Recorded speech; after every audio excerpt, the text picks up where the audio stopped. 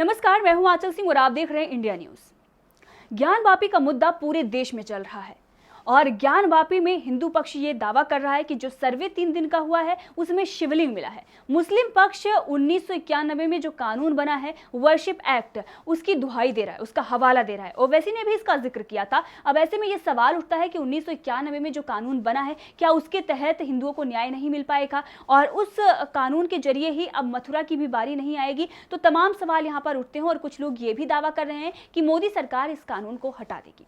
तो यहाँ पर हम आपको बता दें कि अश्विनी उपाध्याय जो कि सुप्रीम कोर्ट के लॉयर हैं, उन्होंने ये दावा किया है कि ये कानून वैध ही नहीं है।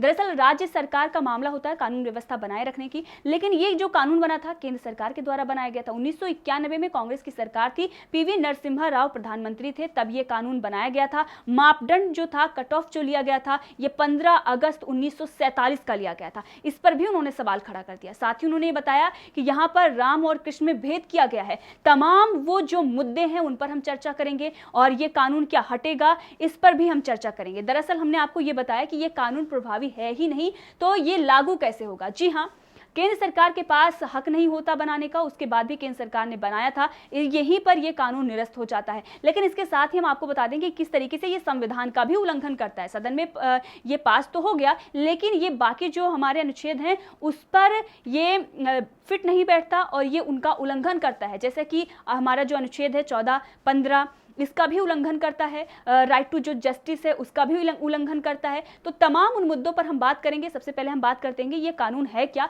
अश्विनी उपाध्याय ने किस तरीके से बताया कि ये प्रभावी नहीं होगा। सुप्रीम कोर्ट में उनके तरफ से याचिका भी डाली गई है और इसमें ज़्यादा जो जानकारी दी है अश्विनी उपाध्याय ने, उस पर हम विस्तार से बात करेंगे। तो शुरू करते हैं सबसे पहले इस कानून को ही लेकर। बहुत सारे लोग हैं ये सवाल कर रहे थे कि क्या कानून हट जाएगा, मोदी सरकार हटा देगी।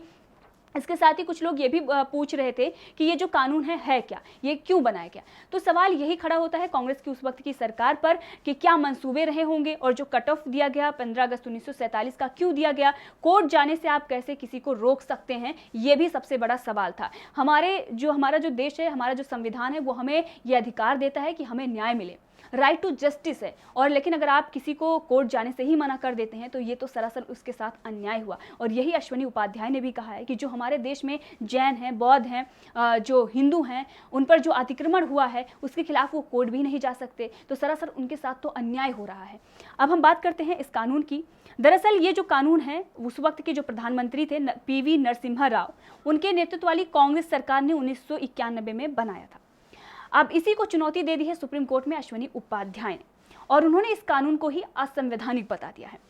उन्होंने ये कहा है अश्विनी उपाध्याय ने कि हिंदू लॉ ये कहता है कि जहां पर एक बार मंदिर बन गया उसकी अगर आप एक एक ईंट उठाकर हटा दें तब भी वो मंदिर ही रहेगा। जी हाँ, अगर जहां पर एक बार मंदिर बन जाता है, अगर वहां की सब कुछ खत्म हो जाए लेकिन वो जमीन जो है वो मंदिर ही रहेगी, वो भगवान के नाम पर ही रहेगी। जी हाँ, भगवान को भी संविधान में हक मिला है और जो हमारे देवी देवता हैं उनका भी हक है, उनके नाम पर भी जमीनें होती हैं और इसीलिए अगर वहां से मंदिर का सब कुछ हट जाए तब भी वो जो है वो भगवान के नाम पर ही रहेगी। ये अश्विनी उपाध्याय ने बताया है। इसके साथ ही मुस्लिम लॉ की बात कर लेते हैं। जो इस्लामिक लॉ है वो क्या कहता है। दरअसल वो ये कहता है कि अगर आपने किसी ऐसे जगह पर मस्जिद बनाई है जो जमीन आपने किसी लालचवश खरीदी है या फिर डरा धमका के खरीदा है या किसी का भय दिखाकर आपने खरीदा है, तो वहां पर जो मस्जिद बनती है वो सरासर गलत है। जी हाँ, इस्लामिक लॉ ये बताता है कि अगर किसी अन्य धर्म की जमीन लेकर आप अपना कुछ बनाते हैं, मस्जिद या कुछ भी बनाते हैं और उसे आप संवैधानिक करार करने की कोशिश करेंगे तो वो सरासर गलत होगा, ये संवैधानिक है ही नहीं। तो ये जो मामला है काशी का और मथुरा का, इस पर हिंदू पक्ष दावा करता है। मामला तो विवादित है और जो ढांचा है वो भी विवादित है। इसीलिए यहाँ पर यह सवाल खड़ा होता है कि ये कानून बनाया क्यों गया।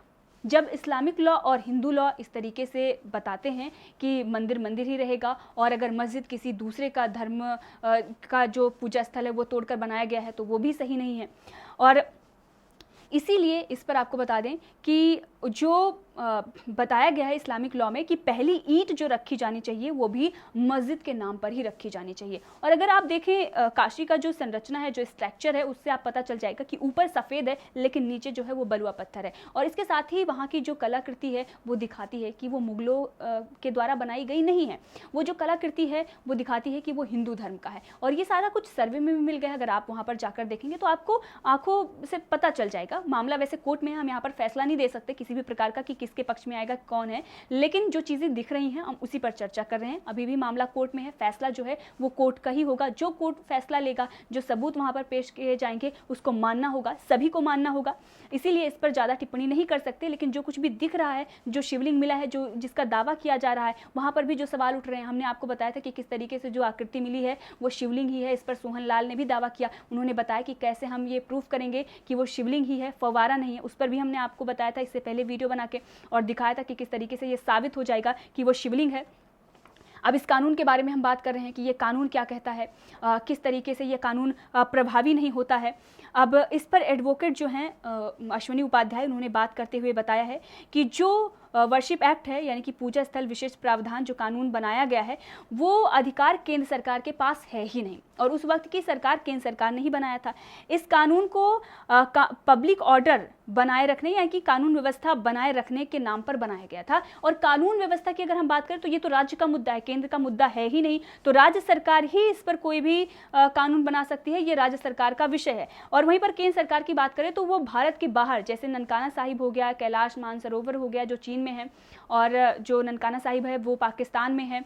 इसके साथ ही कंबोडिया में जो मंदिर है, उन सब पर अगर कोई कानून बनता है या हज को लेकर कोई कानून बनता है तो इस पर कानून जो बनेगा, केंद्र सरकार ही इस पर कानून बनाती है। अब इसके साथ ही आगे आपको बता दें कि भाजपा नेता ने यह भी बताया है कि अगर आप संसद में कानून बनाकर अवैध काम को वैध बनाने की कोशिश करते हैं तो ये भी सरासर गलत है, और सदन में कानून बनाकर ऐतिहासिक गलतियों को सही नहीं ठहराया जा सकता। और इसके साथ ही मैंने आपको ये बताया था कि जो कट ऑफ रखी गई थी 15 अगस्त 1947 की, तो 15 अगस्त 1947 की जो कट ऑफ रखी गई है उस पर भी उन्होंने सवाल खड़ा कर दिया, और ये बता दिया कि ये जो कट ऑफ है ये 1947 नहीं बल्कि 1192 ईस्वी होनी चाहिए थी। जी हाँ, 15 अगस्त 1947 जो कट ऑफ रखी गई उस वक्त ये कानून बनाते हुए इस पर भी उन्होंने सवाल किया, इस पर भी उन्होंने सुप्रीम कोर्ट में याचिका डाल रखी है, इस पर भी चुनौती दी है। साथ ही उन्होंने ये भी कहा है अपनी याचिका में कि पूजा स्थल विशेष प्रावधान अधिनियम 1991 न्यायिक समीक्षा पर रोक लगाता है। जो न्यायिक समीक्षा है उस पर यह सरासर रोक लगा देता है, और इसीलिए ये जो है ये संवैधानिक नहीं है, ये वैध नहीं है। इसके साथ ही आपको बता दें कि कानून की जो तिथि निश्चित करता है उसमें हिंदू, जैन, बुद्ध और सिख के जो धर्म के मानने वाले लोग हैं उनके अधिकारों को ये सीमित करता है। उनके अधिकार नहीं है, वो कोर्ट नहीं जा सकते, उन सबको ये सीमित कर देता है। जो उन पर अतिक्रमण हुए हैं उसके खिलाफ वो जा ही नहीं सकते कोर्ट, और इसीलिए ये जो कानून है ये वैध नहीं है। इसके साथ ही आपको बता दें कि ये संविधान के अनुच्छेद 14, 15, 21, 25, 26, 29 और 49 का सीधा उल्लंघन करता है। अश्वनी उपाध्याय ने इस पर यह बताया है कि संविधान की मूल संरचना है न्यायिक समीक्षा। न्यायिक समीक्षा जो है संविधान की मूल संरचना है, आपको न्याय मिलना ही चाहिए। आप कोर्ट जा सकते हैं, वहाँ पर दलीलें देंगे, वहाँ से आपको न्याय मिलेगा। लेकिन अगर कोई आपको इस पर ही रोक लगा दे, अगर कल को ये कानून बन जाए कि किसी भी मामले को लेकर सदन में ये पारित हो जाए, आप कोर्ट नहीं जा सकते, तो फिर क्या होगा? तो फिर संविधान में बाकी जो हैं जो बाकी अनुच्छेद हैं उसका तो सरासर वो उल्लंघन हो गया। तो ऐसा कोई कानून बन ही नहीं सकता, यही बताने की कोशिश अश्वनी उपाध्याय ने की है।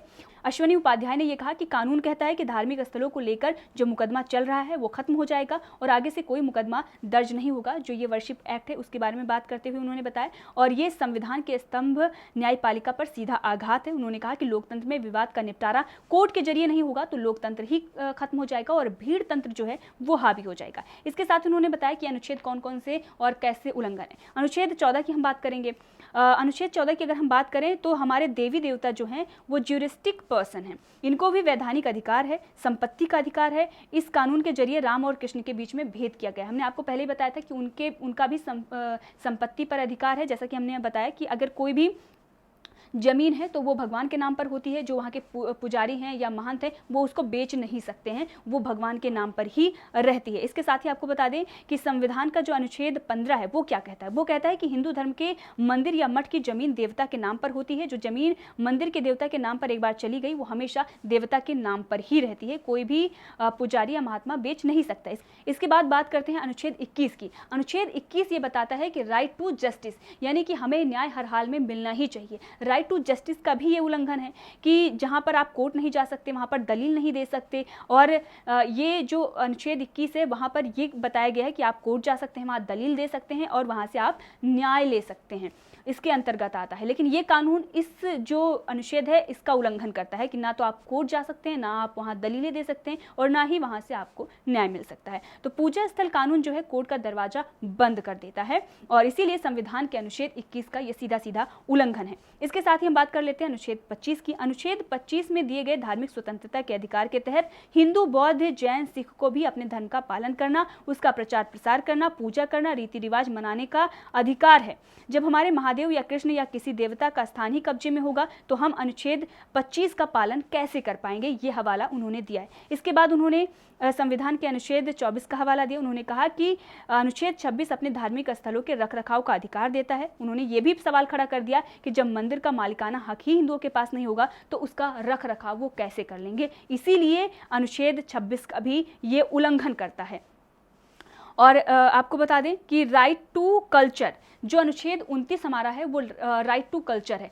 तो अगर हम देखें अपना जो कल्चर है हम उसे बनाए रखेंगे, लेकिन अगर कोई उसको ध्वस्त कर देता है और अगर वो करता है और उसको हम वहाँ से फिर से अगर उसको बनाने की कोशिश करेंगे तो उस पर कोर्ट आड़े आ जाएगा या फिर उस पर तमाम दलीलें दी जाने लगेंगी, तो ये भी गलत है। इसीलिए आपको बता दें कि राइट टू कल्चर के तहत इस देश में हमें अपनी संस्कृति को बचाने व उसका संरक्षण करने का अधिकार है। कृष्ण जन्मभूमि दुनिया में एक ही है और मथुरा में भगवान शिव के 12 जो ज्योतिर्लिंग हैं उनका कोई सब्स्टिट्यूट है ही नहीं। तो अगर वहीं पर आघात हो जाएगा तो कहीं और जाकर हम नहीं बना सकते हैं, ये भी उन्होंने यहाँ पर जिक्र किया है। इसके साथ ही आपको बता दें कि कृष्ण का कोई मंदिर मथुरा का सब्स्टिट्यूट नहीं हो सकता और कानून हमें अपने कल्चर को फॉलो करने से रोक रहा है। ये जो कानून है वो अपने कल्चर को फॉलो करने से रोक रहा है। इसके साथ ही आपको बता दें आर्टिकल 49 क्या कहता है।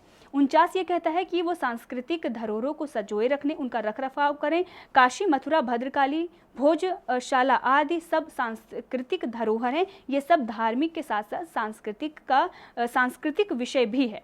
तो आपने देखा कि 49 जो है वो ये बताता है कि बाकी जो हमारे सांस्कृतिक धरोहर हैं उसे उसका रख रखाव करना, उसको संजोए रखना, उसका बचाव करना, ये सारी जो अधिकार हैं वो हमें संविधान देता है। और ये जो कानून बाद में बनाया गया ये उन अधिकारों का हनन करता है, उसका उल्लंघन करता है।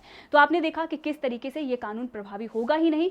तो जो लोग इस पर उछल रहे थे उन लोगों को ये सटीक जवाब मिल गया है। अब देखना ये होगा कि पूरा फैसला क्या आता है, लेकिन जिस तरीके से दलीलें दी जा रही हैं, जिस तरीके से दावे किए जा रहे हैं और अब जब अश्विनी उपाध्याय ने यह बता दिया कि किस तरीके से यह कानून ही संवैधानिक नहीं है, तो उसके बाद हिंदुओं का जो पक्ष है और भी मजबूत होता हुआ नजर आ रहा है। बहरहाल ये जो हमने आपको इन्फॉर्मेशन दी, अगर आपको पसंद आई है तो वीडियो को लाइक करें, शेयर करें और कमेंट करना ना भूलें कि कैसी लगी आपको वीडियो। साथ ही चैनल को सब्सक्राइब कर लीजिए। धन्यवाद।